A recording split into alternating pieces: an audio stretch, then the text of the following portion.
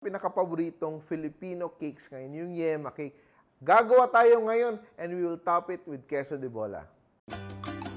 Simpol, simpol. Luto na, ha-ha. It's always simple to bake someone happy. Kaya today, #bake someone happy, and we are preparing our cake. So very simple, chiffon base lang tayo. And I have 4 eggs, and we will separate the eggs. No? Egg whites and egg yolks. Yan. And very important, malinis yung ating hands, malinis yung ating bowl.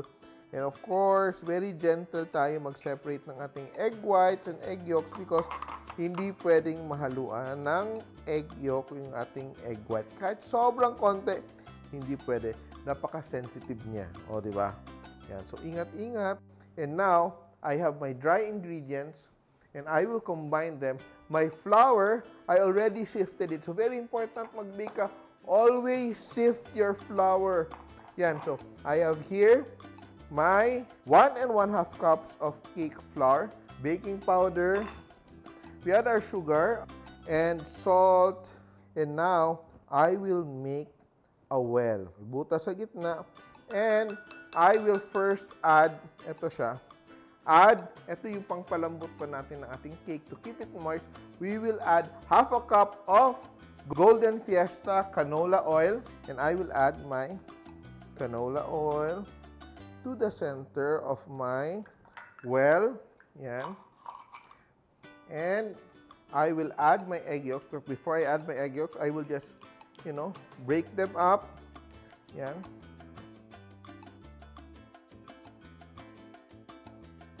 And we will add our water. Yan. Add our water. And we will combine, no? Blend it together. Fold, no? Yan. Yan. So, we're mixing our batter. So, ito yung batter natin. Look at that, no? Yan. Put that aside. So, I already preheated my oven. So, I've done my first step. Yung gagawin ko ngayon, ay gagawin ko na yung aking next step, which is the meringue, the egg whites. But I will also prepare my pan ahead of time. So, I'm using, ito siya, 8-inch pans by 2 inches. And what I will do, para hindi dumikit yung aking cake on the bottom, I will put a little bit of oil. Pero ito yung gagawin natin. So, I have here just a little bit of flour. I think that's around 1 1/2 to 2 tablespoons of flour. And I will add a little bit of oil. Yan. And instead of using shortening, ito yung aking parang cake release na formula. Para cake release, ibig sabihin, when I put that here, it will be easy for me to remove the cake. I'm just using same oil, and I will brush it to the bottom of my pan. So that's ready. And that's ready. Our batter is ready. Now I will work on my next element. Here I have my egg whites and also and I will add cream of tartar. And we will begin to mix our egg whites. And we want our egg whites to froth up. No? So we're incorporating air. Froth up our egg whites a little bit. Now we turn up our speed to medium-high. Hindi high, just medium-high. So, look at that, no? It's transforming little by little. And now, it's the time that we add our sugar, and we add our sugar gradually. So, I will just add it little by little into my egg whites. Ganyan. You can also use a hand mixer. Yan. We're almost there. In a minute, matatapos na itong ating meringue. Let's check it out. Look at that, no? That's the... Yan, no? Very nice yung ating meringue. It's ready. But what we will do, ito. So, we have 2 mixtures now. Ang ating flour-based mixture with our egg yolks and our egg white and sugar mixture. And what we will do, we will combine the two. But hindi directly, pero yung gagawin natin ay, we will get a portion of our meringue. Yan. To loosen up yung ating batter. No?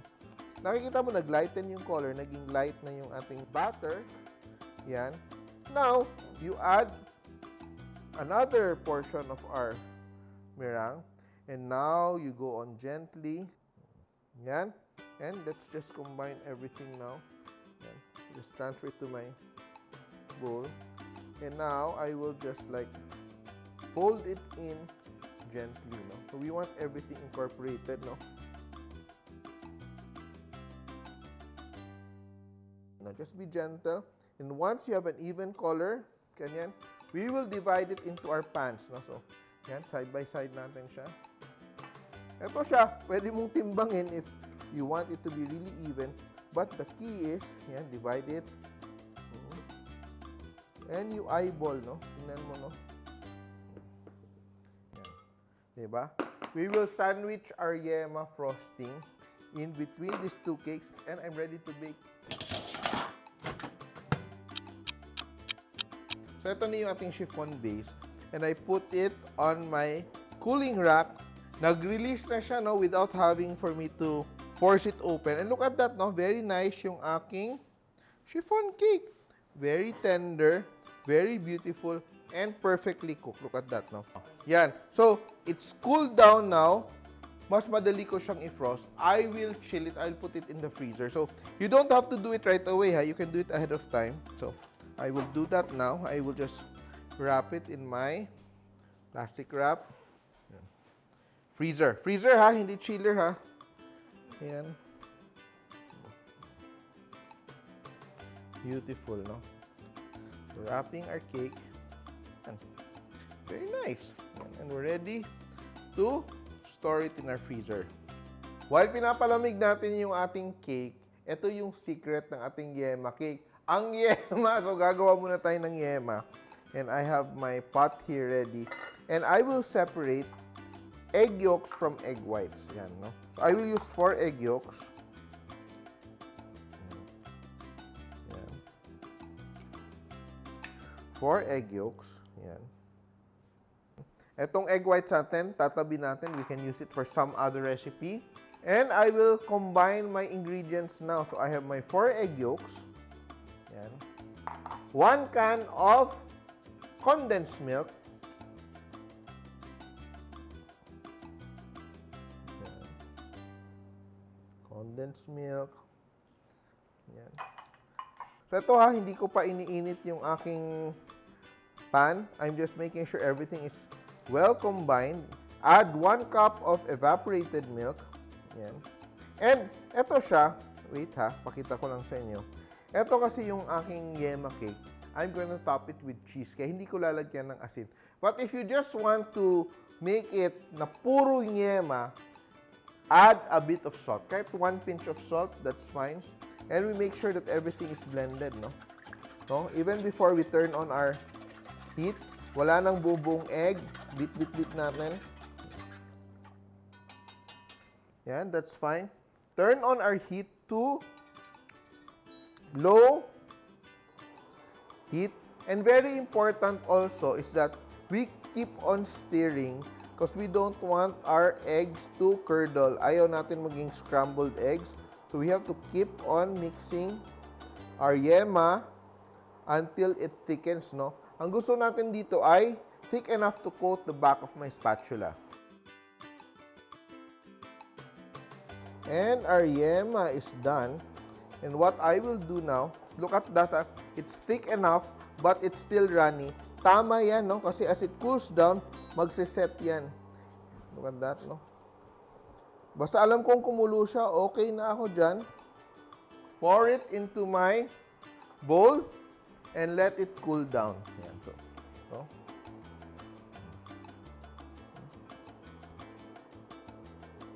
Look at that, no?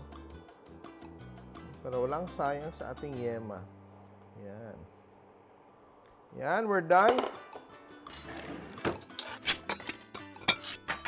And ito yung ating Yema. We will just cover it up with plastic wrap. We don't want it to have a skin on top, di ba? Pag nag-iiwan ka ng mga custards or things like this na na-expose sa hangin, mangyayari, magkakaroon ng skin yung taas. And we don't want that to happen. So, ito siya. I will let it cool down until it reaches room temperature. Then, after that, I will chill it. No? So, ito siya. Leave it out for a few minutes. And pwede na siya ilagay sa chiller. Ilalagay ko na siya sa chiller para mag-set. What I like to do is I like to wrap my cake base in plastic wrap and put it in the freezer, no? So, eto siya. So, when I'm working with it, it's more stable, no? Hindi siya, kasi the cake is very tender. Eh, pag nagpo-frost ka, then hindi siya na firm, sasayaw-sayaw siya. So, it's going to be difficult to frost. So, and, lalagyan natin ng konting yema.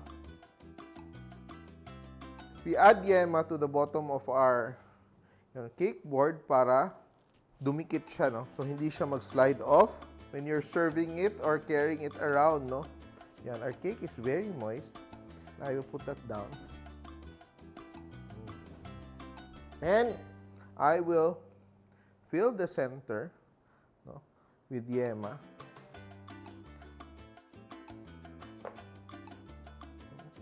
So, easy to apply. Yan, so I'll take out the next one, second layer. Yan. And put it on top. Yan. Look at that. And now we will frost our cake. Yan.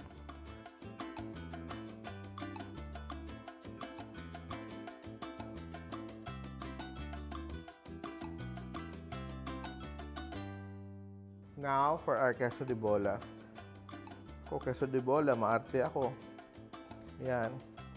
If you have a jowa, you give your jowa. It will make your jowa happy. It will make everyone who receives and eats this cake happy.